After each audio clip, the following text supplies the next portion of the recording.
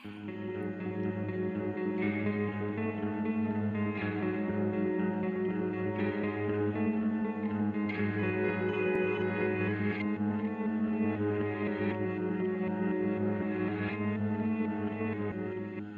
shit, this is exciting. I want you all to remember this moment. The moment we kicked Hasbro right in the dick. Hey guys, welcome back to Spooky Tuesday, a weekly podcast where we're breaking down all of our favorite slashers, thrillers, monster movies, and black comedies on the new scariest day of the week. I'm Sydney Thompson. I'm Monica Height. And I'm Chelsea Duff. And this week we are doing probably one of the most anticipated horror releases of the year. That is bold to say when we are still very much in early January even. But I think that's right. I mean, ever since the trailer for this film dropped, it's been on the name on everybody's tongue. It is M3GAN. She arrived in our country on an auspicious anniversary, January 6th, and she's just been taking over ever since. I mean, look, she did not come to conquer. But now that M3GAN she's did here, the insurrection. M3GAN absolutely is doing insurrections. The main one in particular, I think, probably. But yeah, she's incredible. She's here. She is larger than life, but also 4 feet tall. But if you haven't seen it yet, let me lay it out for you a little bit with the IMDb tagline. I think the name M3GAN probably conveys a tone that you might have already picked up on. I think it's such a classic, gorgeous name for this film. But again, if you're not familiar, the tagline reads, "A robotics engineer at a toy company builds a lifelike doll that begins to take on a life of its own." And beautifully I'd say that said. Beautifully written, but really just the tip of the iceberg for her. It doesn't say anywhere she's that bitch. Well, they can't That give is it all mother. away in the log line, okay? We should be happy that they're leaving something up to the imagination. But it should say, "A robotics engineer at a toy company builds a lifelike doll that serves cunt on the daily." Oh, That came okay, to that's play. fair. Okay. I didn't think we Literally. need that information from moment one, but we can see it with our eyes. Thank God. Thankfully. I mean, she spells her name with a 3 instead of an E, which I also keep wanting to read as M3GAN. M3GAN. Hi, I'm M3GAN. M3GAN. She would not like you from mispronouncing her name, so you better watch out. She's giving you that look, the dead-eyed look. Oh God, this movie. I think there's so much hype, but I think it kind of paid off. Sydney, sorry, what were you gonna say? I was gonna say, heads up, dear listener, we're spoiling the shit out of this movie. So if you haven't seen it yet, what are you doing? Literally go see it. I was telling like 2 people on Instagram to go see it because they asked me about it, and I was telling my therapist today that she should also go see it. It truly changed me. You can say who you told to go see it. Yeah, tell us one of the people you told. My favorite internet friend, Goth Yearbook, and friend of the pod, Christian Brune. Our dear friend, Christian Brune. It's almost the anniversary of his episode. So really, why is he not here right now? I guess is my question. I know, and he just came out with The Recruit, which he slays in. So, And also you should watch. I just finished it and it slapped, and he was great in it. So I just started. I need to keep going. But yeah, I mean, we're influencing on M3GAN's behalf, but she herself is an influencer. I mean, half the articles that I read about this movie were like, the TikTok sensation M3GAN hits the big screen, blah, blah, blah, blah. It's like old people trying to understand TikTok. And I'm one to talk. I'm almost 30 and I'm talking about TikTok. So I've already aged out, apparently. But like this movie is a viral sensation. It really is.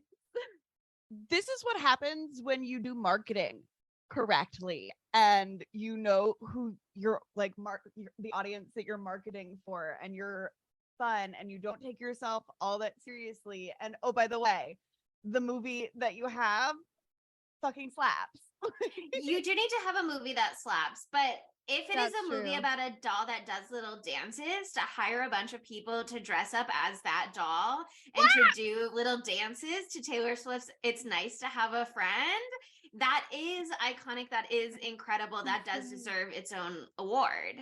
Oh yeah, no, I mean this was like a beautifully curated trailer, and you know how much I love trailers and the art of the trailer. So this like they chose all the right moments. They gave away some stuff, but they left the big punches for the actual movie. And this is in stark contrast to Smile that came out earlier this year. I think they had a really interesting marketing plan. I don't know if y'all saw it, but they had like those spooky ass people sitting in the stands at the World Series games doing the Smile. I thought that was super creative. The trailer slapped. It was super fucking scary. But unlike M3GAN, the movie did not like get anywhere close to the trailer, at least for me. And they gave away literally everything in the trailer. Like all of the big scares were in the trailer. So M3GAN learned from that. And the one thing that's super crazy about this trailer, and it had like an effect on the actual film, because it came out and they can like, Sydney knows all about it. You can see who it's trending with, what age demographics are really loving it. And the demographics that really loved it, not surprising because of all the TikTok related shit in the trailer, was like super, super younger kids, like young teens, like middle school kids, that sort of a thing. And it literally changed like the cut of the movie that they went with. Like Universal stepped in and they cut a bunch of the kills and made it a PG-13 movie. And I thought that was really interesting. I heard a rumor that they might be releasing like an unrated version of M3GAN, so we could get the original movie. I would love that because they shot it, so they have it. It was getting pretty close to runtime when the trailer came out, because I feel like this trailer didn't come out that long ago. When was it? Like October. It's October, yeah. So smart. Also, when we're all in our spooky vibe. I mean, I watched the trailer and immediately connected with it, obviously, of course. When she runs on all fours, it's just gorgeous to me. When she gallops? Are you kidding me? When she gallops, yeah. When she dances, obviously everybody loved when she dances. What was so important about what you were saying about not giving things away, a lot of people didn't know that M3GAN also sings. So that was really special once you get to the movie itself. Triple threat. A dancer, great with children. She's more than a triple threat. Great at galloping, and she can sing, honey. Mm-hmm. She's a runner. She's a track star. Okay. Mm-hmm. But yeah, I read approximately 7+ different articles before this episode because I just can't get enough. One of them was like an article on them about why queer people are loving this movie. One of them was like. There was an interview with the director. There was an interview with the writer, Akilah Cooper, I think is her name. That I read. She also did *Malignant* too. Yeah. Yes. Yeah. Those are cut from the same cloth. They really are. The vibes are there. I was trying to explain to people. I was like, okay. Once I found that out, I was like, M3GAN and *Malignant* will both have you say what the fuck, but for completely different reasons, Yeah, and that's range, baby. Sure. I do think it is interesting. I'll say, okay, so our spooky friend Devin, who was on our Troll 2 episode, she was invited to an early screening and she took me with her. So I saw it a couple, like 2 days before it came out, not super, super early. But I was like, still cool. I wasn't like sure how I felt about it at first, if I'm being honest, because I wanted to like it so much, but obviously have previously not vibed with James Wan projects. And so I was like really apprehensive. I've been talking about it so much, talking it up. Everybody kept being like, oh my God, are you so excited to see M3GAN? And while I watched it the first time and I had no complaints, I was like so in my head about it. That I had to go a second time with Monica and other friends, and I took a movie boosting supplement. Yeah. A classic movie boosting supplement. We all do. I had such an unbelievable blast. And I just think this movie has such incredible rewatchability also, because the whole time I was like so excited for everyone else to see what was going to happen next, and to be like, oh, and this part happens next, and it's so delightful, and like, oh, and this part is so fun. But I think like the James Wan influence is very clear, while it not being like his movie. You know what I mean? I it was very much a Chelsea movie, which I so appreciated, while giving James Wan's style and to borrow one of Monica's favorite words lately, panache. That I think really helped it be high camp and a blast, while still giving me a lot of what I want, which is narrative logical sense. What would you say are the James Wan influence parts? That was beautifully worded, but you know what I'm trying to say. Yes. I think at almost every point this movie asks itself, what would be fun to do next? And I think James Wan is a big believer in doing things that are fun, or for the sake of like an interesting style or something. And I think my problem with that, like with Insidious, whereas like lots of it is really pretty and cool, but for what and for why? This movie gives you what and why in every scene, but sometimes the what and why is like for fun, but it is serving. Like when M3GAN runs in the woods, I fully believe that she, because she's hooked up to the internet and she can research whatever she wants, including what is death. She is going, okay, I am trying to scare this boy. I'm trying to terrify this boy. How can I be the scariest possible self? She's Googling horror movies. Yeah. I think she also Googled what is the fastest creature, and it was a cheetah, and she was like, I can run like that. Run like a cheetah. Yeah, exactly. She was like, cool shit that predators do, and then gallop on all fours is the number one hit, you know? In a pea coat. Terrifying. She went on Wiki how to serve cunt, and she memorized that article. But I also love that they were like, well, M3GAN's going outside, so she's definitely gonna be cold, and so let's put her in a coat. Like, she needs a little pea coat. She needs little sunglasses. Can we talk about the like uncanny valley of it all? Because I think that's one of the most like powerful parts of the movie, is how fucking realistic they make M3GAN look. Like, she looks so much like a little girly, but she just has Rapunzel from Disney's Tangled eyes on her real human girl's face. It's just like they're like, I don't know how many percent too big. 15? She has the eyes too large. That every time one of the Snapchat or Instagram filters is like, be a Bratz doll, and the eyes get really big. I'm like, I want to look like this. Why can't I look like this? Why can't I look what like I want? Okay. When are we getting? She was partially modeled after Allison Williams, which is fun because that makes sense also for Gemma to do that as the character.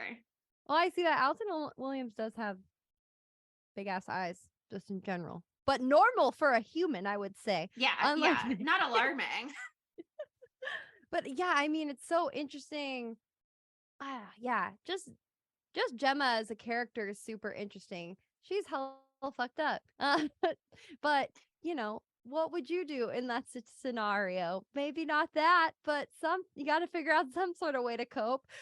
Okay, I will say, as an aunt to 2 young children, and as a projecting here for a moment onto Gemma, as a lesbian who's not planning on having children, because she's a lesbian to me in my heart.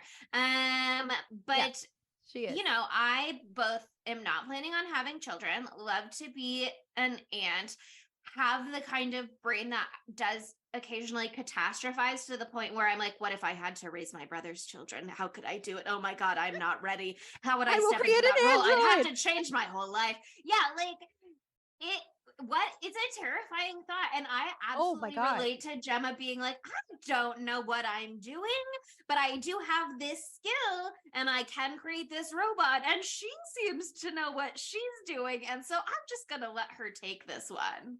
She leans into She her said, strengths. M3GAN, take the wheel. Yeah. M3GAN, take the wheel. Take it from my hands. That's really beautiful. I really liked it. Megan would love it. Megan will love that. Megan was thriving for a hot second until she wasn't. Yeah. I mean, like, Megan is not innately bad. Megan got beat the shit by a doggy and then she turned bad. Are you born bad, or does a doggy eat your brain and then you become bad? Think about that. Or did Gemma not fully think it through and just didn't fully program her right? Yeah, I think it's a bit of both.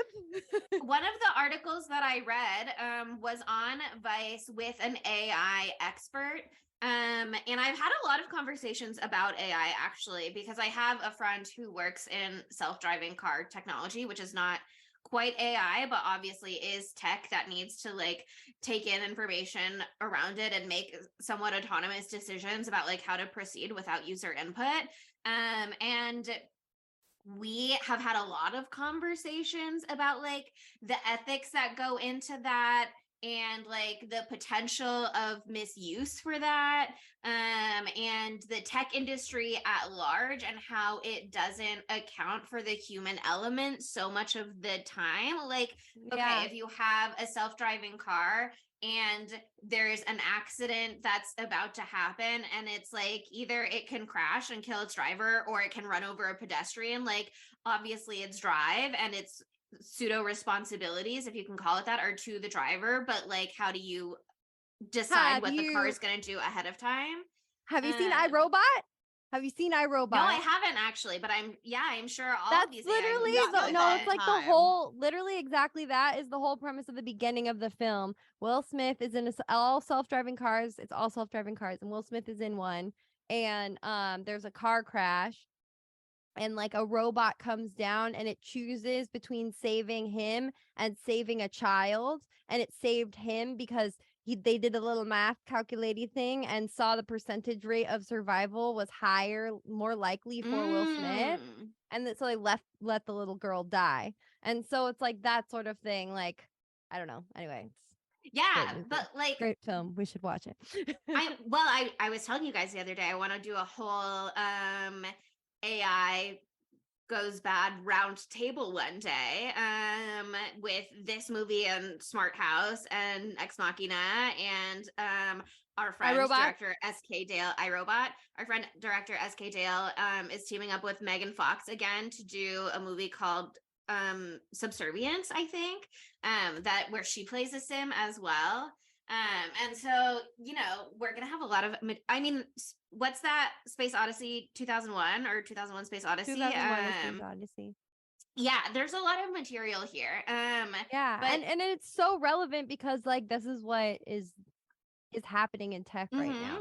People are trying to figure out how to make it work. Elon Musk says it's already there, and then the Tesla crashed 8 cars like 5 minutes after he said that. So like, I watched a video of it on Twitter. Don't go on the internet. I also watched that where it like just stopped and like caused an 8-car pileup like a day ago. Little tunnel in the Vegas one. Oh my God, classic. Bad. Jesus Christ. But yeah, the AI expert in the Vice article was talking about how this is inherently a very scary technology because when you create things like this that decides autonomously, you don't always think about every single parameter to put in place. I mean, we see that in this movie, but also like things that are common sense to a human are not common sense to a robot where you've built it with a specific goal. Like an example that he gave. Everything. Yeah, an example that he gave is like if you have a robot that is designed to make sure that nobody has cancer, one way of doing that is to kill everybody and then there's nobody left to have cancer. And so like you have to really be careful, but part of the problem when they are autonomous and when it is like higher intelligence is that we are not higher intelligence, and so we can't really anticipate what it's going to do or expect what it's going to do, and we can't like work for that or code for that ahead of time. Like we can't, if we're the lower intelligence, you can't expect to somehow be in control of the higher intelligence. And once you've created it, there's really no fucking going back. So no, seriously, it's like we're like creating our destroyer. That's what happens in all of these movies. But like if you're making it so it has instant access to every single piece of information in the world, that's giving it the leg up. That's at least like, 30-second lead on us, because we have to pick up our iPhone and say, hey Siri, can you look up what the weather is today? Like, oh my god, Siri, and they already know. Yeah. She's listening right now. Yeah. She's listening right now. I'm so freaked out by Siri, yet I use her because I have CarPlay. Anyway, but like it's terrifying. It's like, I don't know. Why are we creating the thing that will turn on us? Have you seen will Westworld? Absolutely destroy us. I watched 2 seasons, I think, but yeah, totally. The problem also, and again we see it in this movie, is that a lot of people in the tech world forget that tech is ideally a tool for humans to use and not a replacement for human anything, and they forget to account for human connection and human psychology. Seriously.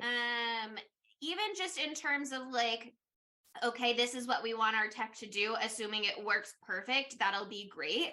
But people are not going to use it perfectly because people are imperfect. Like you can have these great ideas for tech, but you have to remember that if people are the ones using, I don't know. Also, just like we've seen with this AI art stuff lately, oh, fuck that shit.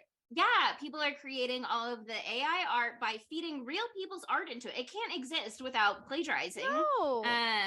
And also like everybody spent that $8. Oh, and like, why wouldn't you? Because everybody's doing it and it seems really, really cool. But when you think about it, you're like, oh, fuck. Sure. But also like in journalism, people are being like, oh, we can just have AI write this article. But it's gonna sound stupid, and then you're gonna have to hire a real person to edit it, and then they're gonna basically be like, it's not there yet and it's not functioning, but everybody is so excited about it that they're forgetting like this one guy I saw on Twitter was literally talking about how he was a writer. He was working for some site that fed all of his previous articles into like whatever that thing is, Chat GPT, whatever it's called, so that it could learn how to write articles like he writes articles, so that they could replace him with it. Mm-hmm. But it's not possible without him in the first place. And it's not possible without him editing it to make sure it makes sense. Like that fully automated McDonald's or whatever, where they like, the window just serves you your food. Someone's still in the kitchen making the food. Like these tech ideas that are replacing humans, just forget that very much humans still need to be involved. No, also, here's the other thing. Why are we trying to make it so autonomous? What do you think, that there are fewer people in the world than there were 10 years ago?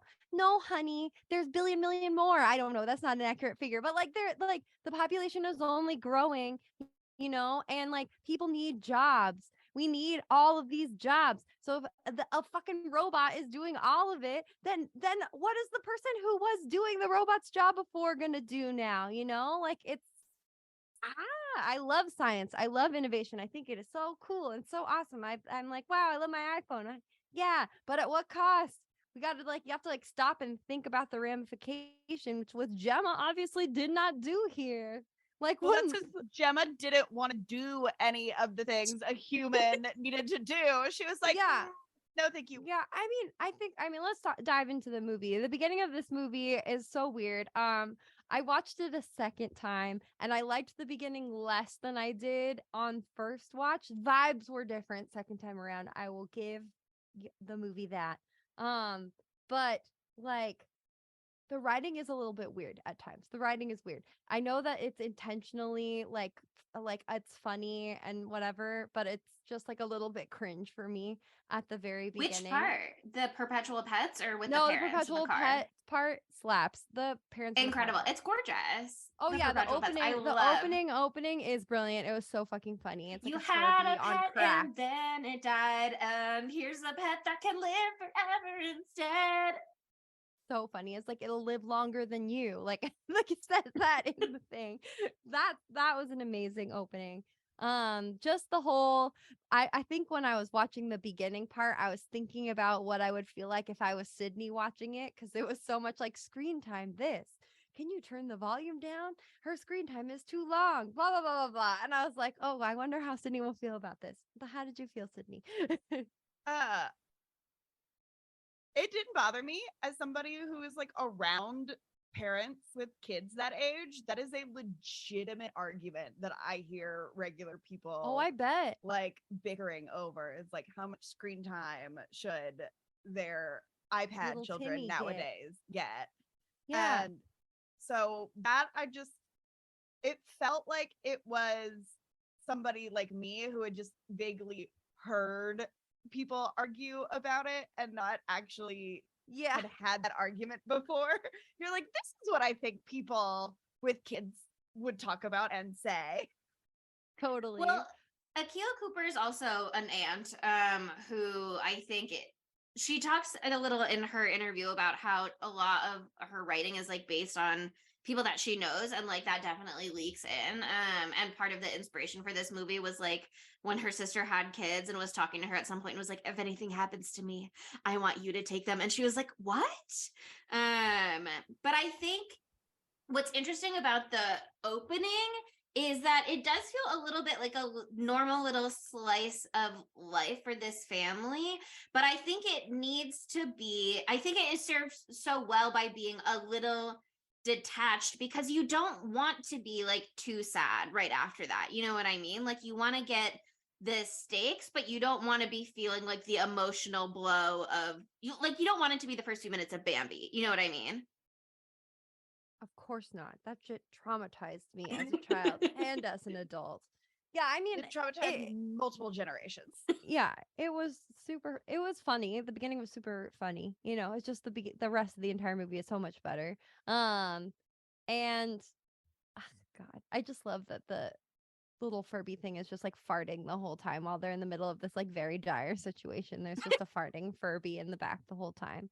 And I like it was hilarious. Like I read all these articles how they like played this movie so well because the comedy is so like everyone's so deadpan. And they're like, I wonder when the snowmobile will come, and then immediately it smashes them to death and they Right. die. Like it's just like every bad thing that happens, you're supposed to laugh. And like I don't know, they read this whole article about like the horror comedy and about how like some people don't know how to do it because they're like, oh, horror and comedy, they're so different, how do you make them be together? But they're the exact same fucking thing. It's like someone described it where it was like they're both like they're both like two ends of a dial. It just depends which way you're turning it. They're both like a huge like release, and so that's why they go so well together, to scream or to laugh.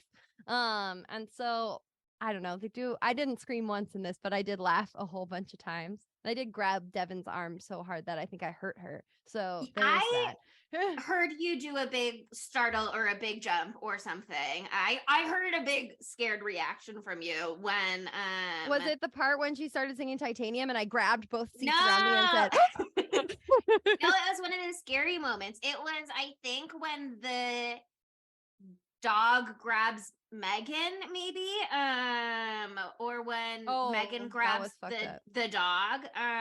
It was one of those two. Something with that little hole in the fence. I love the hole in the fence. You never put your body or your arm into a hole. We've talked about this on the pod before. Megan didn't know because they didn't train her to do that in her programming. So another flaw of Gemma's. I don't know. I think the beginning pissed me off because I just felt like everyone's reaction was super weird. I thought like the way that Lydia treated Gemma at the beginning, instead of being like, let me help you figure this out, she's like, you fucking crazy bitch, you have collectibles? What the fuck is wrong with you? No one has collectibles. I don't, but I know. Actually, no, I do. I still have my holiday Barbie in its case, but it's at my childhood home. I just saw it the other day. People have collectibles. My mom had a bunch of collectibles in the house all the time. She had like dolls that were not Barbie dolls, but like they're special dolls. And they were always in boxes and all this stuff. And we were allowed to see them if she opened the box for us and we could look at them. But we were not look allowed with your to eyes, not your hands. Yeah. Yeah. Classic little mommy line. Yeah. And it was like, okay, kids understand collectibles once you tell them. Know what I mean? So the therapist would be like, oh, she can't play. Bitch, that's a collectible. Shut the fuck up. So fucking mad. I turned to Devin and I was like, let her have her collectibles.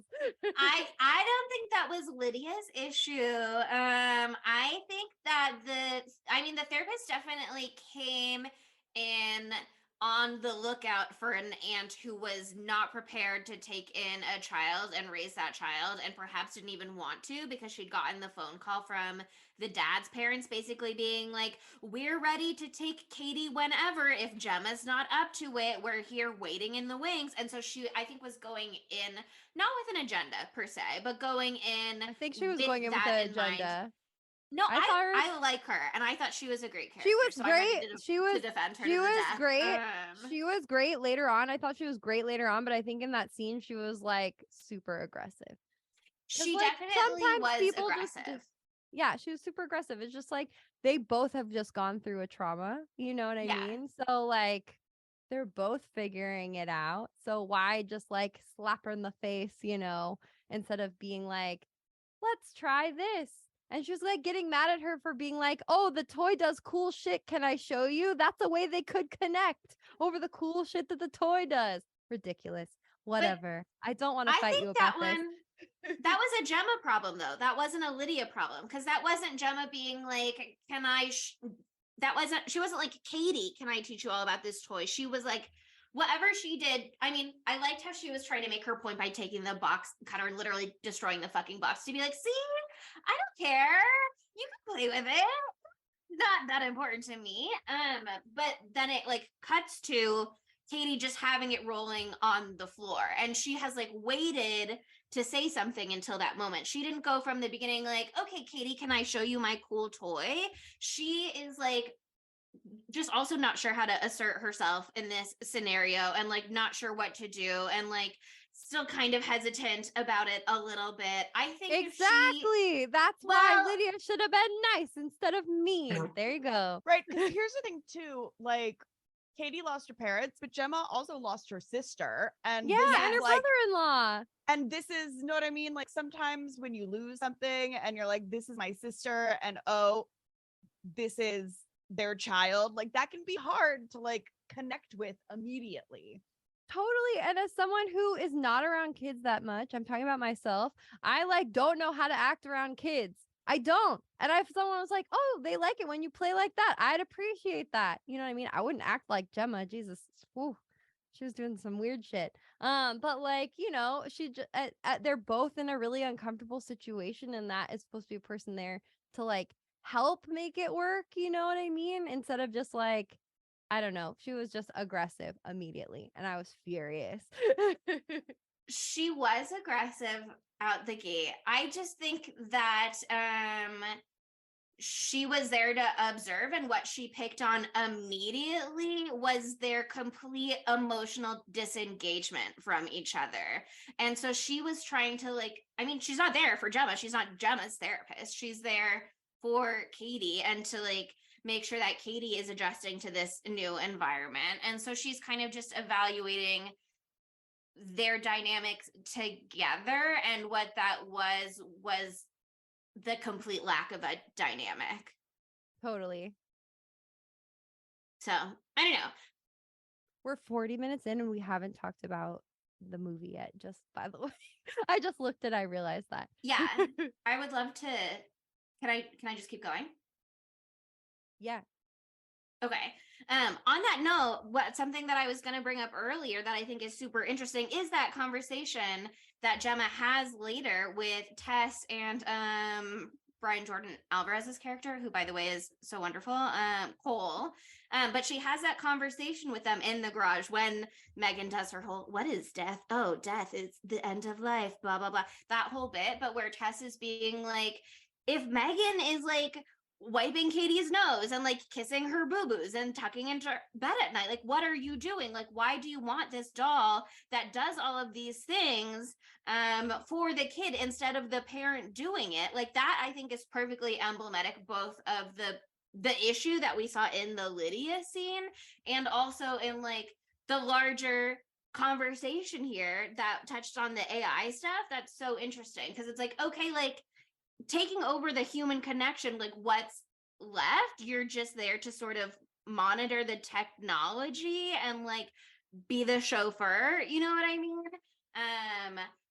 I think that is a super interesting conversation. And also I love that bit because Tess is being like, if we're creating M3GAN, what's her face? Gemma is like, that's not your business what happens between me and Katie. And she's like, well, if we're working on a toy that's replacing parents and they're not interacting with their child, that is my business. And Gemma's like, she's not my child. And it's like, girl, yes, she is. That's literally what you agreed to. That's literally why Lydia is there. And for her to still be at that point in the movie going, that's not my kid. Like, I know it's been literally like maybe 2 weeks, maybe. It's been 2 weeks. But yeah, I think that was a light bulb moment. Oh, for sure. She just chose a bad coping mechanism, creating new artificial intelligence, I completely relate to her journey. Already complicated time. She's like, I don't know what to do here, but I do know how to do tech. And so I'm hoping that my skills in tech can make up for my complete lack of any knowledge about how to interact with a child, even though that child is my niece. Like, I think she really just has been an aunt who has sent presents and like maybe been there on holidays so far. What I think is interesting also is their lack of parents, Gemma and her sister. Like their parents are clearly not part of the equation of this movie and where Katie's going to end up. So I don't know if they were like bad parents that nobody's involved with or if they're dead also. I mean, I think the toy demonstration is one of my favorite scenes, not the first one where she initially pairs M3GAN with Katie, although obviously everything was when she like draws the picture with the 2 pens and it looks like nothing at first and oh no, she spilled over the water, just kidding, it's beautiful. Like that obviously is great. That was so outrageous. It's so fucking funny. What I loved was when they're doing the demonstration for all of the bigwigs who've flown in from all around the world the day after Katie got attacked by that fucking dog. And by the way, again, a great job of doing things that would traditionally be like very emotionally disruptive to a film, like killing off parents or killing a dog, but doing it in such a way where you're like feeling okay about it. But when she comes in and she just like starts crying. I think they set up the kills really well. Like they set up some of like M3GAN's abilities in advance. Like the reason that that M3GAN can do voice changing things is because in that montage, she's like reading that like that storybook and she's like, like a freaking insane voice. Which was so fucking funny. Oh my god. And so then you're like, oh, it sounds a little bit off, like, but then you can put it together. Yeah, with like the modulated in it. But in the toy demonstration scene, when Katie just starts crying and all of the adults who are like these big VP execs are like, oh no, like what do we do now? But then M3GAN steps in and fucking like blasts it. Can you imagine? Every part of that scene I think was so funny to me because can you imagine, first of all, that you are this person coming in for a toy demonstration and then you have a traumatized child being like, my parents died. Like, what would you do? And then also you have this wonderful, incredible, unbelievable AI thing happen before your eyes. They cut to the lady, she's crying. It was emotional. It was truly moving. It was. I just thought every moment, every scene, I thought that they smashed it. There was like I had no complaints even the first time when I wasn't vibing. And then I truly was so delighted the second time around. Yeah, I mean, like to continue with this scene though, like that's when we get the reveal that M3GAN can sing like an angel. Imagine like nothing would soothe me more when crying about my dead mom than to have a little robot girly sing a song about, I don't even know. I blacked out. I don't know what she sings during that moment. My brain like exploded into smithereens because she was like, now you'll have those memories about the cockroach in your lunchbox forever, Katie. Also, they spelled Katie like Katie Heron from Mean Girls. Mean Girls. I noticed that. Interesting. Yeah. That also feels gay to me, but I don't really have an answer for why. I get it. It's just a vibe. It's just like you follow that amazing thing up with the most beautiful. Is that an original song? It is. So amazing. Oh man, that's what makes the later singing scene even all the more jarring because, like, she can sing, but like you're not gonna expect her to come out with a Sia song.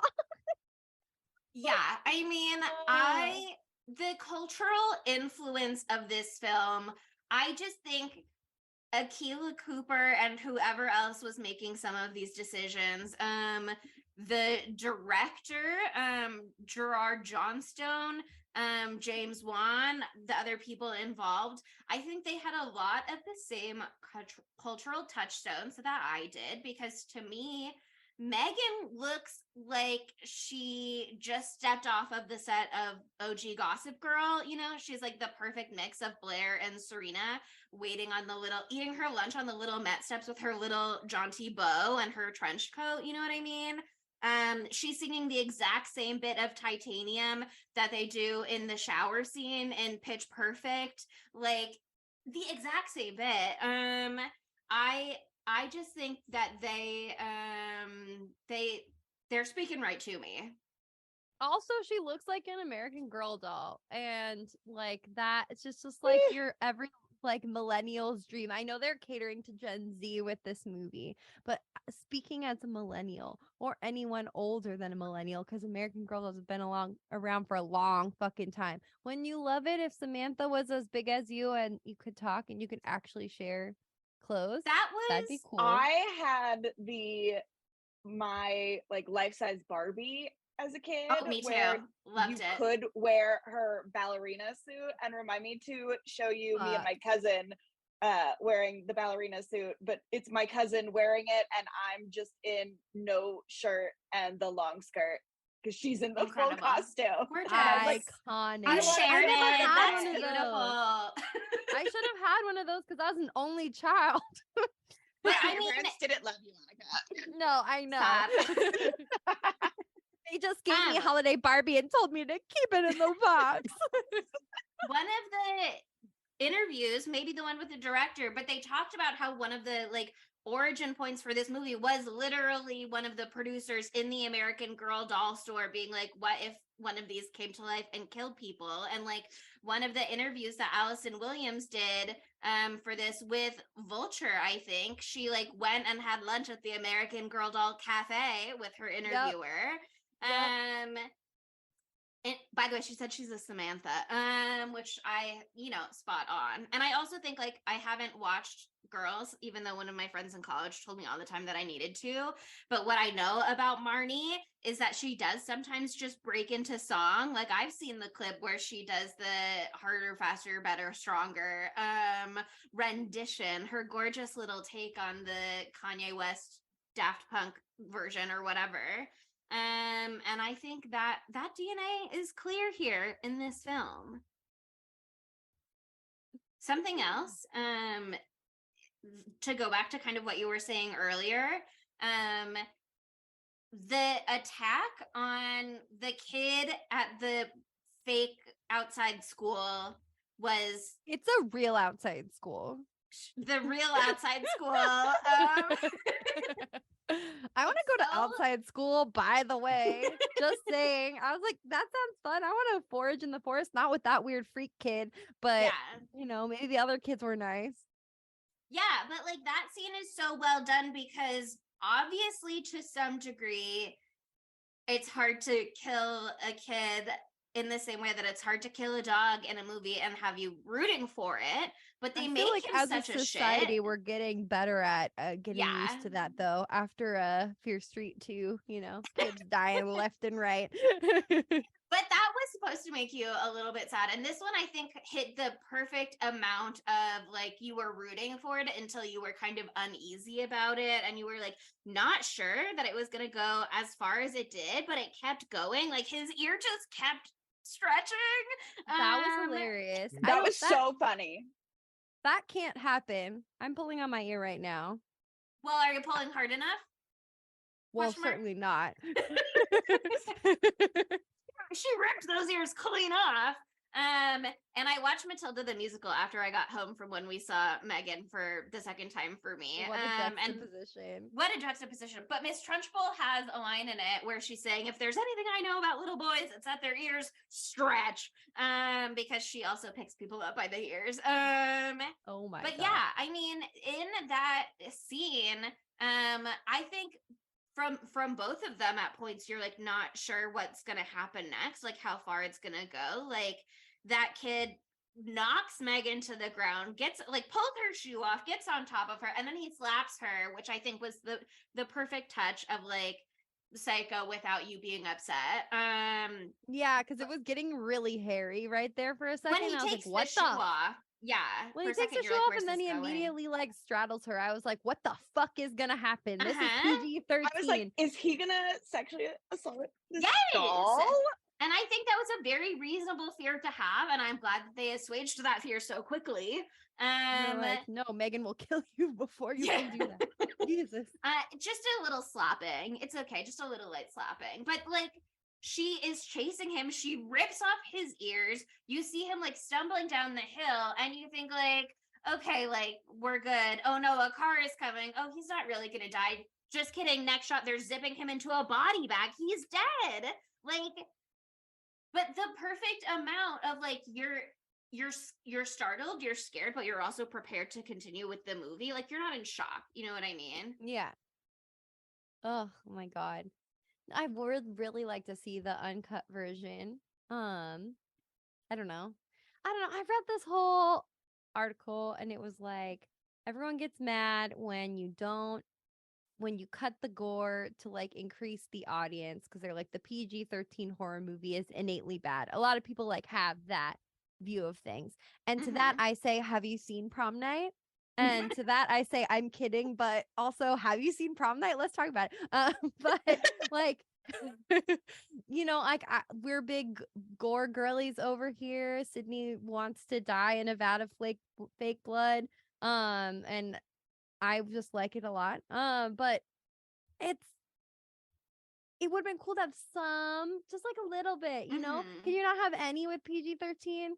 I don't know, but basically they were saying that like M3GAN has the potential to be like the franchise of this generation. Not like the franchise, but like one of them, because back in the golden age of horror, aka the 80s / the 70s and even the 90s, because we had Scream and we have Ghostface from that. That's where we got our big three or four if you include Texas Chainsaw Massacre. You got Freddy, you got Jason, you got Mikey. We're calling him Chucky. Mikey. You have Chucky. Yeah. M3GAN's grandfather, Chucky. Okay. Put some respect on his name. I would never say anything against Chucky. But they had this like staying power, and there's been such like a lack of like fresh stuff that gets to that franchise level in the last 20 years. It's usually just like more fucking Halloween Kills, Halloween Ends, blah blah blah. I won't watch Halloween Ends, I've decided. But this is like something fresh and new, and so like maybe they started out at PG-13 so they can invigorate the youths and keep horror alive by having this whole new generation of people who love it. So I thought that was an interesting take. That said, like, come on, like, give me a Carrie moment where Megan's covered in blood. Like, she has a chainsaw. I don't know. I want to see it. But also, for a PG-13 movie, I think they used their one F-bomb perfectly. You know what I mean? Like, if you only get one and you're using it at the moment where the kid who's a bully is telling his mom to fuck off, I just think that's perfectly done. Yeah. That was super fucking funny. And the way they just got like creative with the rest of it, like the fact that they can still be like, we're gonna kick Hasbro in the dick or whatever. Like, I at no point felt the loss of it not being an R-rated movie, although I do think it would be fun to go full R-rated. Yeah, I just think like, I don't know. I was talking to Lily about this and she was like, I feel like it needed like one or two more things. And when I watched it again, because I wasn't so like slapped in the face by the absurdity of it all, I was like, okay, we could have used like a couple more things happening, because not that many like big things go down. We just get like that final rampage. But you know, like, no, not that many people actually die in the final rampage, because luckily your boy, what's his name? Tess and Cole. Yes, Tess and Cole, they both make it out alive, which I like. I think they were not going to in the original script. That's what it seems like, because they're like, some favorite characters died in the original, and I'm like, well, it was Tess and Cole. Like, had there's to be, no one else obviously in the movie. Yeah, I mean, I was gonna say, can we talk about the most iconic scene of this movie when she dances down the hallway? We sure can, baby. And when are we learning it? God. What time this week? I already know it. Zoom choreograph.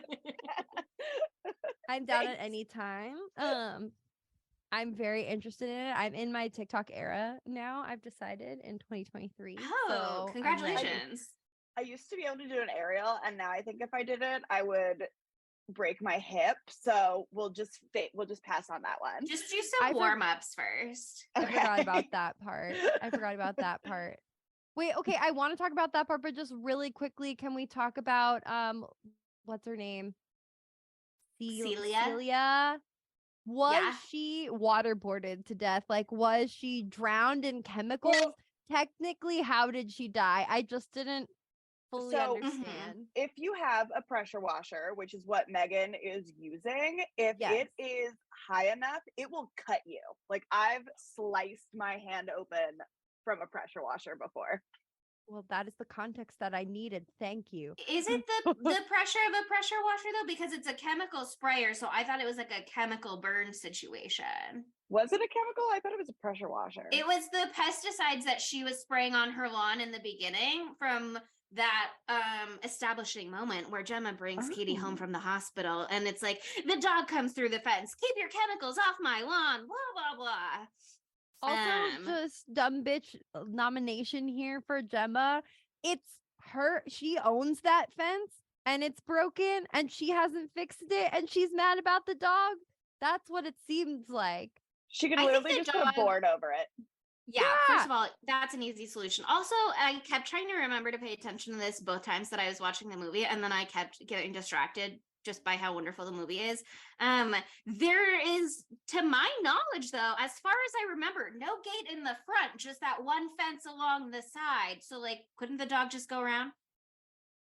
I don't know if we ever see her house from the front. If we see Celia's house from the front. My next watch, I'll remember to pay better attention. Way. But yeah, I mean, there are lots of things that Gemma should be doing that she is not doing. And that said, fuck Celia. That bitch sucks. But she's also very funny at lots of different moments. Like when she comes and bangs on the window and is like, I know it was you. Like I just think there are so many moments in this movie that are really funny, that perfectly cut the tension while also showing like how unhinged everybody is and how that contributes to the problems overall. Totally. I just also think it's like a blast whenever everybody sees the doll and is like, that little girl, oh shit, that's not a girl. Right. So funny. I love that Celia in particular, she's like, yeah, like what? It's that other little girl, the one who stares out the window at 3 a.m. And you're like, oh shit. What is M3GAN up to, man? She's sitting on her little charging pad watching the neighborhood. She's always watching, okay? That's her thing. She's doing bedtime and she's doing wake up. So she's not going to sleep at any point in the night or being turned off. She is sitting there turned on, no need to sleep, literally the whole time, plotting, scheming. It's the same reason why Edward ended up so weird. He doesn't sleep. He's got too much time to think. Too much time. Nobody needs that much time to think. Yeah. Seriously. I mean, there is obvious overlap between Renesmee and M3GAN. I saw someone get a Renesmee tattoo on TikTok. Yes! And I was very upset by it. They made her look a little cuter than she looked in the movie. The tattoo was gorgeous. Yeah. I saw somebody spell Renesmee's name with 3s where all the E's are supposed to be, and it changed my life. Wow. M3GAN's influence. That's thanks to M3GAN. I don't think we've put enough shine on Gemma's boss. What is his name? David. I thought he was really funny in this. Yeah.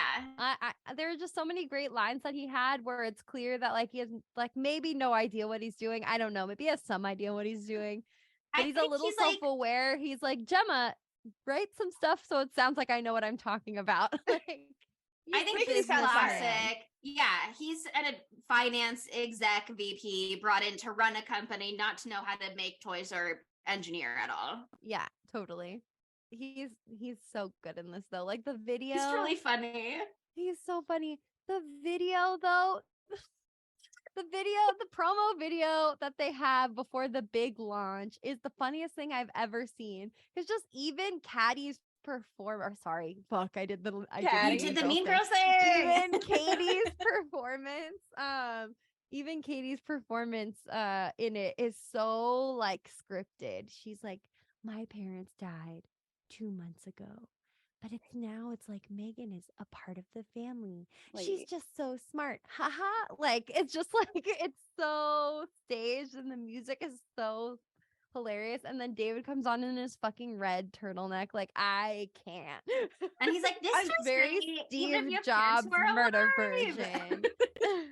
I do love a man in a turtleneck though. So he's a cutie. He's a good Adam looking wore guy. my turtleneck during a holiday party last year. It was really nice. It was great. Trying to get him to get his own turtleneck. Spencer, friend of the pod, Spencer, your son, showed Spencer. up. My child, Spencer, showed up for a cropped Christmas this year in a suit and like a turtleneck sweater, and everybody was like, "Does Spencer look hot tonight?" And we were like, "It's the turtleneck. Turtleneck." It's a very classy move for a man. It's so good. But yeah, I mean that montage is great also because it is funny, but because it also like finally clicks home for Gemma how much she is absolutely fucking up by creating M3GAN and giving M3GAN to Katie in the first place. Murder aside, all of that aside, which she has already picked up on and been like, uh-oh, you guys, is this going to be a problem?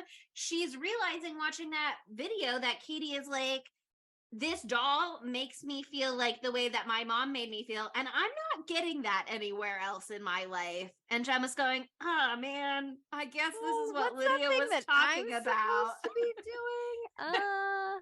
I guess maybe when I look at her, she should also think that I think she's the most important thing in the world, not my job. The scene when Katie slaps her and like almost stabs Lydia with the scissors. Oh my God. Right? I was like, you are 9. How can you hit that hard? They don't hold back when they're 9. That's how. They don't realize yet that you can really hurt other people. My 4-year-old nephew hits me sometimes, and it's not that it hurts that hard, but I'm just like, I am not allowed to hit with my same level. Of course, obviously, I'm an adult. He is a baby. But like, in pillow fights or whatever, you know, I have to be strategic because he can go full brute force. I can't do that. I have to take his toy away and hold it up high. And then he doesn't like that. Hanging out with his kids sounds so stressful. Oh my god, sometimes it is. My god. Just a fun it's so fact. fun to tease them. They don't like it. Here's my thing. As the only one that apparently wants kids on the pod, I can't wait to be like, here, Monica and Chelsea, babysit my kids. I am good at it. I'm going to make an AI and fuck your kid up. And that's a promise. Will it fuck them up more than I'm going to fuck them up? Who knows? Every Probably. parent ruins their child in different, unique ways. Who knows? Listen, we're over here breaking generational cycles just so we can start new and fresh ones. Innovation. I've got ideas, okay? Innovation. Fun little fact for the listeners of the pod who love The Haunting of the Hill House, as I do. Little Katie, that little actress, is young Nell. I was like, I know her. Violet McGraw. I was like, I know her. She's also in Dr. Sleep, but I fell asleep in the entirety of that movie, so can't speak to her performance there. Do you know who her sister is? I do. Tim McGraw? No. Yeah, it's Tim McGraw. That's her sister. That's how they got the rights for the Taylor Swift song for all the promo, because they were like, oh, my sister, Tim McGraw, he's besties with Taylor Swift because she wrote that song about her. Oh. It's all connected, baby. No, but who is it? Sydney, please. Do you remember Black Phone? Yeah. Do you remember the sister in Black Phone? Yeah. A little prayer. That is her real life big sister. No way, a little horror family. A little horror family. Girlies. That's called doing parenting right. I'm just saying. I don't want my kid to be a child actor unless my kid is a child actor in horror movies only. Just their like, optimal getting them fucked up. That's what I'm saying. That's doing parenting right. You know, you're gonna do it. Beautiful. Make them part of a dynasty, a family business. Gorgeous. We love to see it. Okay, sorry. Let's talk about the final rampage now. Let's finally get into it. The dance. Bruce comes through. Bruce is beautiful. Bruce is so beautiful. I just also like, I love the dance. I love that she uses a paper cutter slicer as a fucking samurai sword. Like, that's incredible. That's incredible. And those things are dangerous. But I love the fact that she's 4 feet, so it looks like a big sword. Yeah. I mean, I also just love that.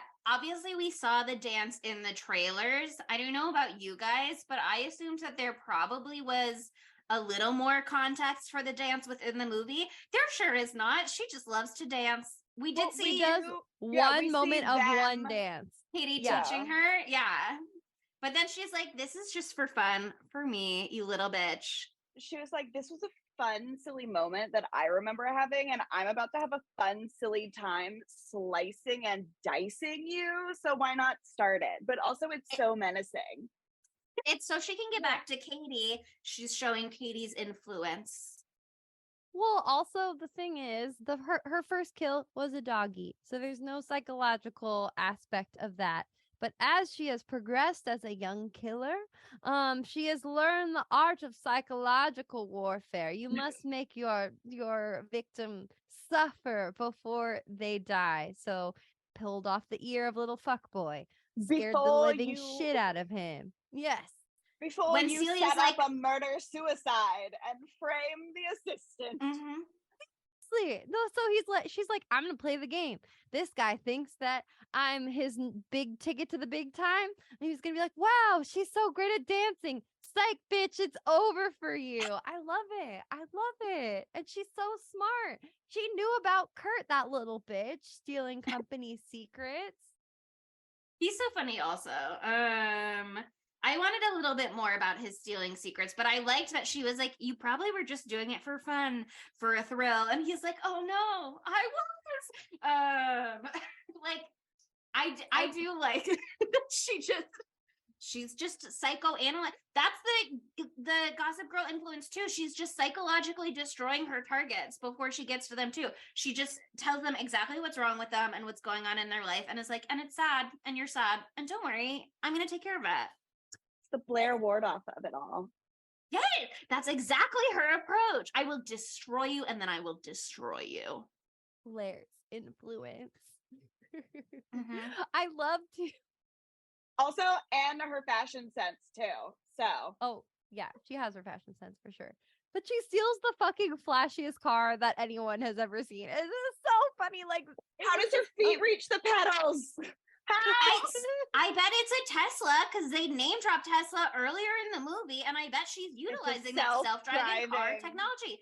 She that's what I think is so fun about this movie too, is that we see her working with the other systems, especially as soon as you've connected her to the internet. Like, it is fucking game over. Not only because she has access to the internet and can look up whatever she wants, including how to do a murder or whatever, but also because if she's connected to that network, she can connect to any other device on that network. Like, she's turning off their security protocols at the office. She's at home connecting with Elsie, the little fake Alexa that Gemma has set up. Like, we see that when Gemma is like investigating what happened with the boy and is trying to look up Megan's like security camera stuff and like her GPS data location. She corrupted her own data. Corrupts all of it. And then Elsie goes, "Are you okay, Gemma?" And Gemma's like, why did you just ask me that? You are not programmed to ask me that. Like,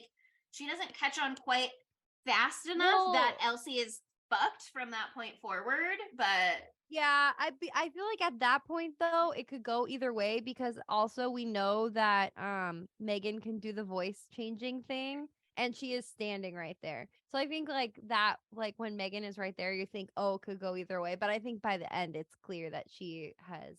When she intercepts the call to Tess and like mimics the whole phone call and pretends to be Tess. That shit was so crazy. That was just so fun. She's a super villain. She's a super villain. You've created a super villain. This is just like the Mummy with the emo tech curse. It's the same thing. They set themselves up. It's a clear reference to what's it called? The Hum Die. Ha ha. It's a clear reference to the Hum Die. We're like, oh, we want to make something so crazy cool. Like, wow, look how powerful we are that we can do all this fuck shit. And then you're setting yourself up to be tortured in a million ways in 3,000 years. You created the danger. But this is the modern era, so it takes 3 weeks, not 3,000 years. Yeah, I mean, I do appreciate the timeline of this movie, because I think they start to set in like the stakes of how fucked shit can get, while also not being like, if we can just hold on a little bit longer, if we can just make it a little bit longer, maybe it'll be okay.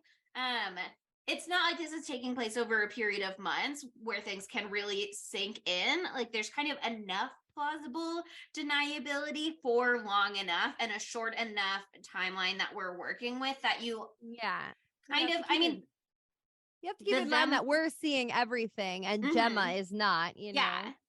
And the Them article was really funny also because it was talking about the astrology and how like this film is a Capricorn movie, and it's such a fucking Capricorn movie. It's so funny. You gotta read that article. It's in the references.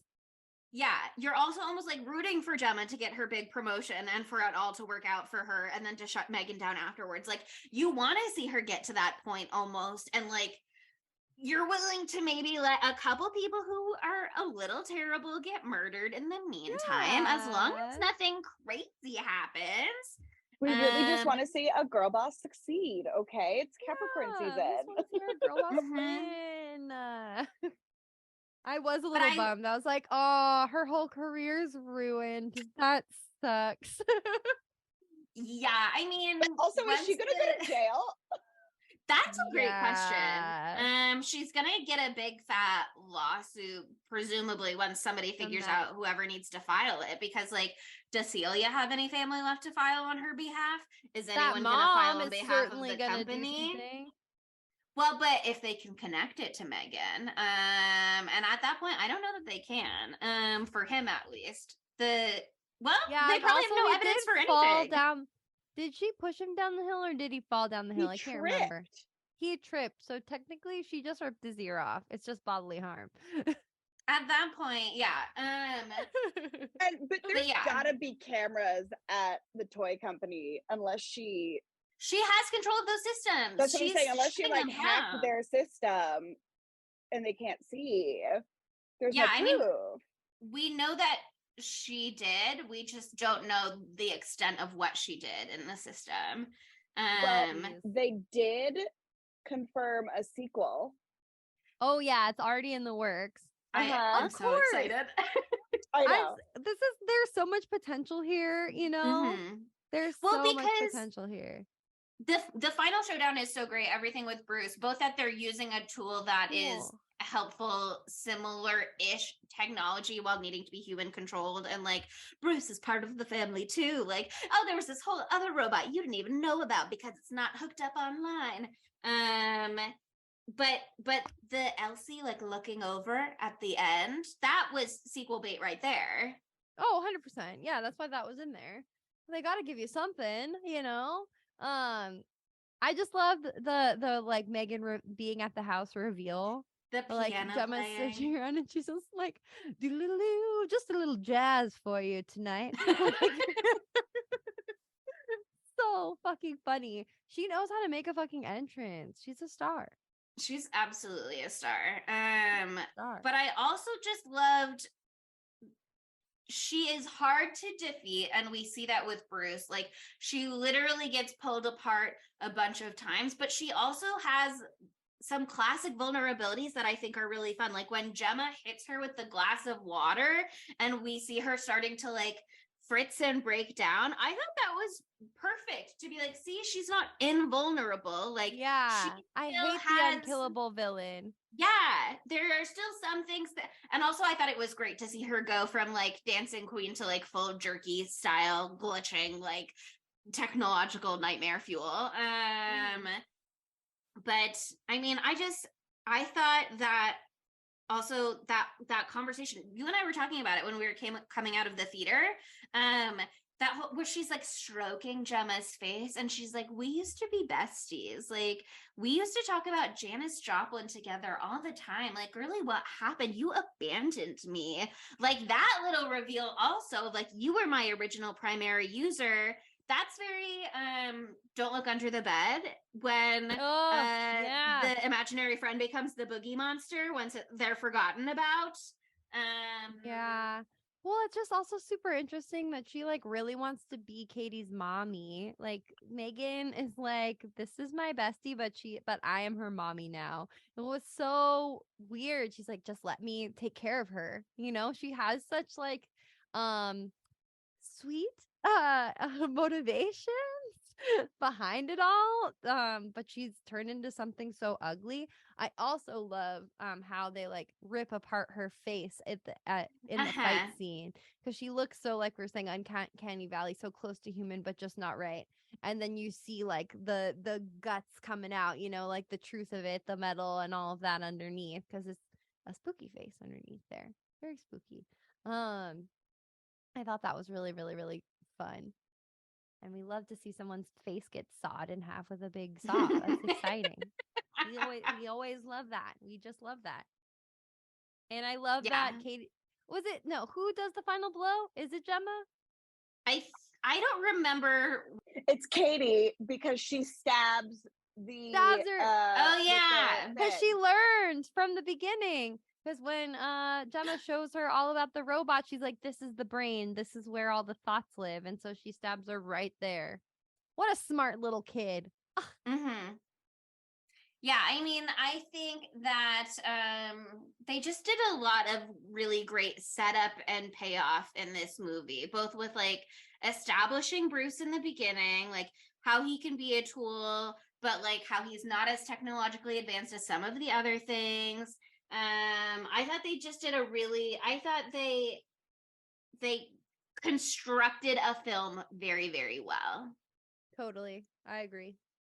One thing that I really liked, one detail, that I think we see a little bit and then it stops working is when Gemma has the pen and is like, Megan, do you see this pen? And like the way that she focuses on it gives Gemma enough time to like reach behind her and turn her off or whatever in a couple different points. I love this scene in the beginning right before the dog attack when they're outside and Katie is like playing with her bow and arrow. By the way, it was such a perfect little 8-year-old girl moment where it's like, yes, she loves to play with dolls. Yes, she loves technology and screen time, but also it is so important to go outside and pretend to be a warrior princess on occasion. I was like, I want to play that game.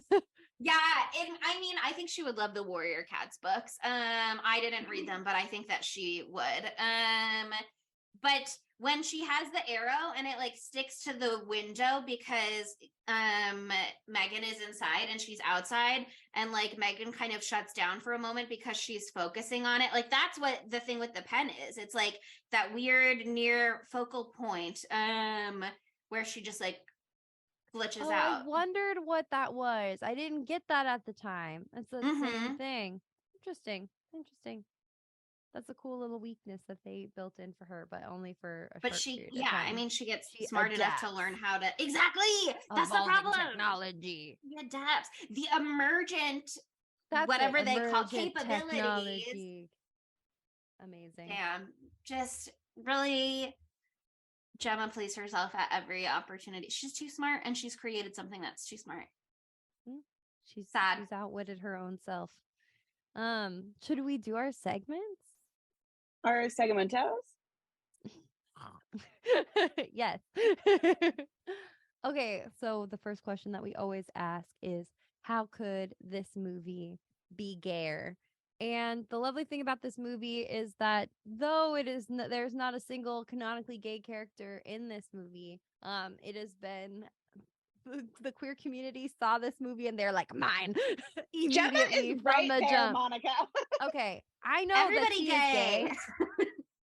I know we're gonna get to that, but she didn't say, "Hi, I'm Gemma and I'm gay." That's what I mean. We don't ever get that. It didn't say Tinder notifications from ladies. It just said Tinder notifications. Exactly. I don't know. Did you see all the mid-century modern in her house? Fair. I mean, the Them article is also saying how it is sort of like an inherent queer framework of like the aunt who doesn't plan on having children. Is so often like this queer figure, and it stands here. No, totally. I really liked that article from Them. That's a really great breakdown of it. And there was like this whole part of it. I'm gonna do a direct quote. It says like, there's definitely a reason that Dolls is trans slang, that Chucky was created by an out gay filmmaker, and why Barbie is such a popular drag look. These dolls aren't just icons, they're avatars for our own feelings of existing in that awkward space between fully recognized as human and being outright rejected for our otherness. There's so much symbolism packed into that silicone. I loved that. I just thought that was really, really well said. No, it's just like, it's really interesting because Megan is, she's everything. She's, what is it, Chelsea? What did the youth say? She's serving cunt. Yes. Yeah. But yeah, I mean, Gemma is a lesbian. Lydia is a lesbian. Celia is a lesbian. Yes. Tess and Cole, both gay. David, Kurt, they're both gay. Kurt's gay. Kurt. Canonical. Kurt that lady at the end who is like rounding up the people for the demonstration, that's a lesbian. Oh my God. She's wearing like the emerald green. I was like, that's Gemma's workplace flirtation. That other single mom, gay, that teacher, gay. It's the first horror movie where every character is gay. The only evidence I saw for any quote unquote straight relationships is Katie's parents, and they could both be bisexual. And if you look at them, I think it's pretty clear that they are. Yeah, no, he got bi-wife energy for sure. And he also is very well groomed, which doesn't mean anything necessarily, but I think it's evidence. And we can just live to hope. We love to see a bisexual man. Yeah, I mean, everybody's gay. There's something a little homoerotic between Megan and Gemma in the way that it's alluded to the time that they spent together and the way that they spend time talking about all of their deepest hopes and dreams. It's a very homoerotic friendship where you look back on it and you go, oh, me and my friend were in love. Well, also not Katie, I'm so sorry. Megan is like, hey, so like, why don't you just like let us be co-parents of Katie, you know? Yeah, like your aunt you and her the robot best friend. And I'll take care of her, you know? Like that's what her argument is in that final scene, essentially. So interesting. Everybody gay. Everybody gay. It's so fucking gay. God, that's why it's so good. No wonder. Jesus. Okay. So where would Matthew Lillard fit into this film? I think that he would slay as Kurt. I would love to see him as the beleaguered assistant who gets little water bottles thrown at him and other such demeaning tasks. I would have liked him to be David, the boss. He'd be great, David. He would be such a funny David. Yeah, you could also just throw him in as any of those executives in the toy demonstration. I think him as the big boss would be super funny. Like that's the cameo that he's like the big CEO that they're trying to impress the whole time. I think if we're doing time traveling Matthew Lillard, we know that he smashes it whenever he needs to play a bully or little fucked up guy, so he could play that kid. If we make him a child, if he is time traveling, why not? But yeah, I mean, I think that he could obviously do any role in this film that he wanted to. But there's a lot of very fun. Got the range. He could do the voice for a boy Megan, yeah, or a girl Megan. I mean, people can have any voices, and anybody can play any part if they have the soul for it. He's the body the body double for Megan. There's like some little girl. Can you imagine? Like a gangly, like 6'3" adult. Matthew Lillard dressed up as Megan challenge. Oh my Matthew God. Lillard be Megan for Halloween, just like every other gay is gonna be Megan for Halloween. Please, please. So many Megan costumes this year. You're gonna. Oh, sorry, I yawned. They're gonna sell out of that little dress like so fast. Buy your striped long sleeve shirts now, babies, because they'll be gone come Halloween time.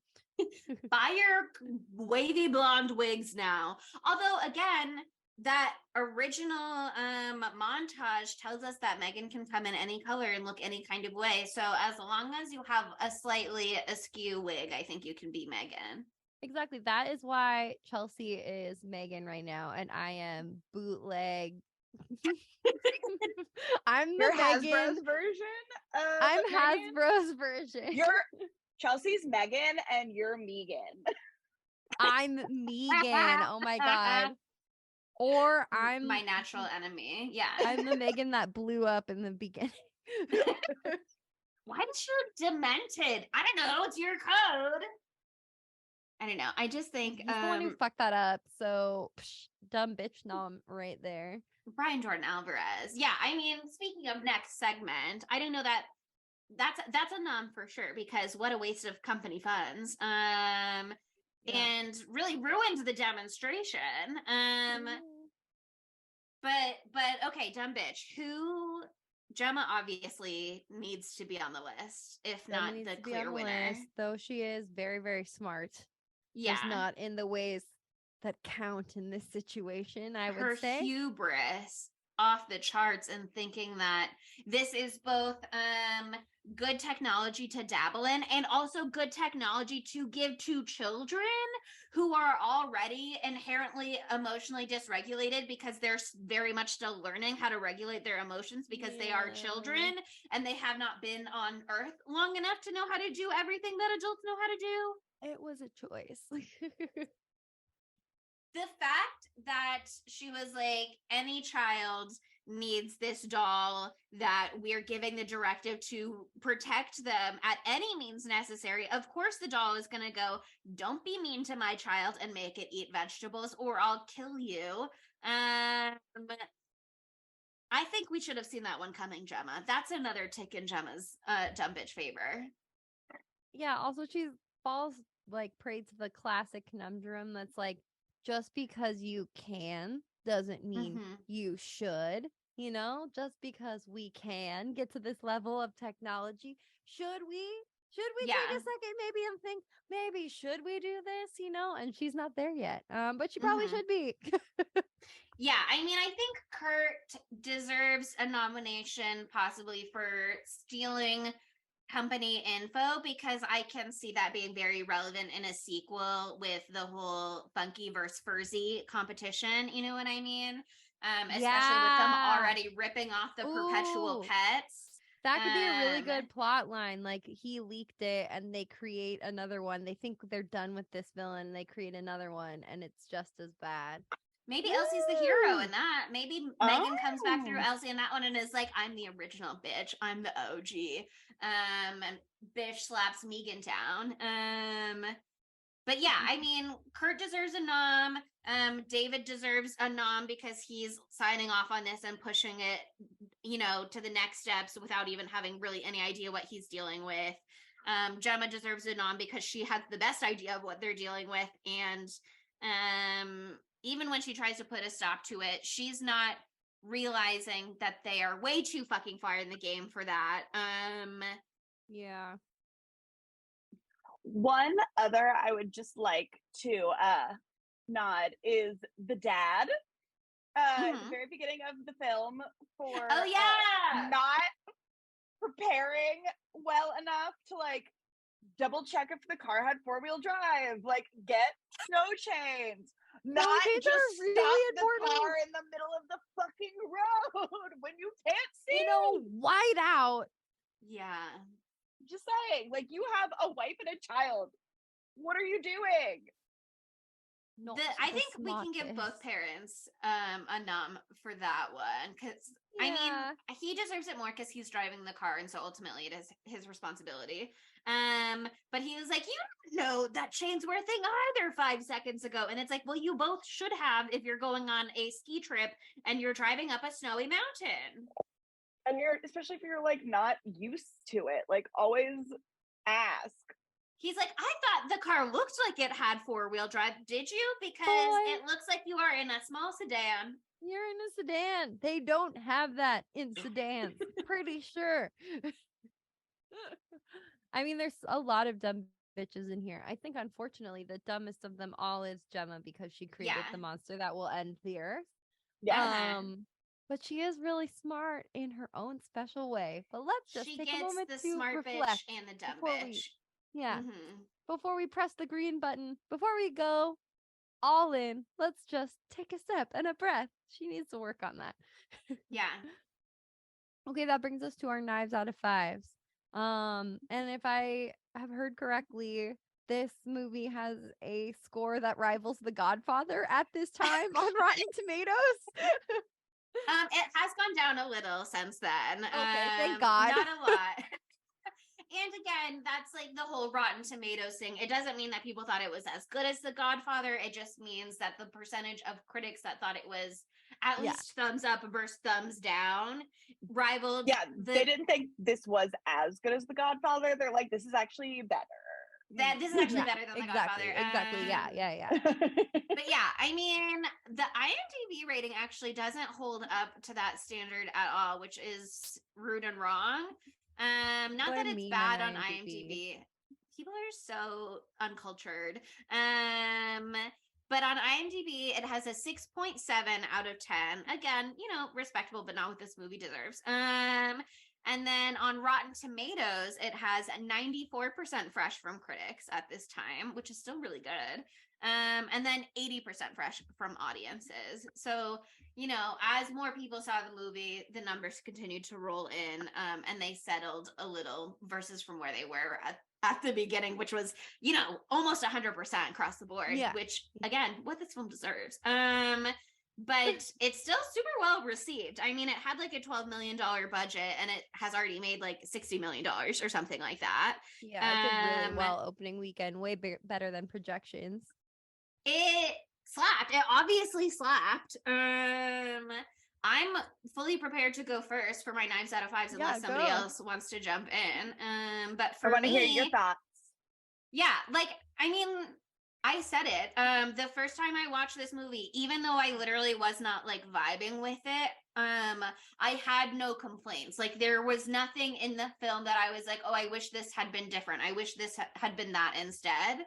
And then when I went in the second time and could like put my brain away a little bit more, and just enjoy it, I just was delighted at every turn. Like, I think it makes a lot of narrative sense. I think it really engages with a lot of societal questions and conversations that we're having these days. I thought it had some good fun scares. I thought that it was very funny. I thought that it was so fun across the board constantly. Like, for me, this is a 5 knives out of 5s movie. I wouldn't change a thing. If you told me I had to watch this movie every single week for the next year, I think I would be thrilled. That's amazing. Sydney, do you want to go next? I fucking love this movie. I only saw it once, so I don't know if it will change on the rewatch, but I had such a fun time in the movie theater. Like, I was laughing. I was like, what the fuck? What the fuck? I was like, you know what? She is right. She do be having some points here. You know, I was moved on her rendition of Titanium. Spotify put it on there. Don't be a coward. Don't be a coward. So I will give this a 5 out of 5. I had such a good time. The writing, some places a little weak, but I don't give a shit. I had a great time. Wow. I loved this movie. I had a fucking blast and a half. I definitely had a blast and a half. I'm not going to give it a 5 though, because it's just not like speaking to me to give it a 5. Sure. And you know, it's just not. You're not feeling so I'm gonna give it close. I'm gonna give it a 4.8. I thought it was really, really fucking good. I can't wait to see what they do with this. I am so glad that this exists. It brings up a lot of interesting questions about AI in general, and I hope people actually think about them. I hope that M3GAN changes the world and makes us say, maybe we should slow up. Hold up, slow up before we ruin everything that society is based on. Ha ha ha. But yeah, I think that it was a fucking riot. It was a riot. And it's making me want to revisit Malignant and do it on the pod because, like, I need to get into the psyche of Akilah Cooper and understand what's going on there because she's a dang genius. She's got something special in there. The absolute balls that is her brain. Yeah, seriously. But yeah, I'm starting out like first big horror release of 2023. I was like, what can top 2022? We got a stacked lineup. I just added 25 movies or so to our like upcoming movies we're excited to see list on Letterboxd, and I was like, shit, I did not realize there was so much I was gonna have to put into my eye holes this year. So I'm ready. We're ready. Starting us out strong. But do you know what's going to be even stronger next week? Tell us, Sydney. Our love for one man, one beautiful man, beautiful, strange, tall man. Ugh, and that is so our boy, so Natty Lily, because next Tuesday is his birthday. Happy birthday! One, we're obviously going to sing to him. Two, we are covering maybe not a classic, but we loved it. And that is it's The a classic Curve.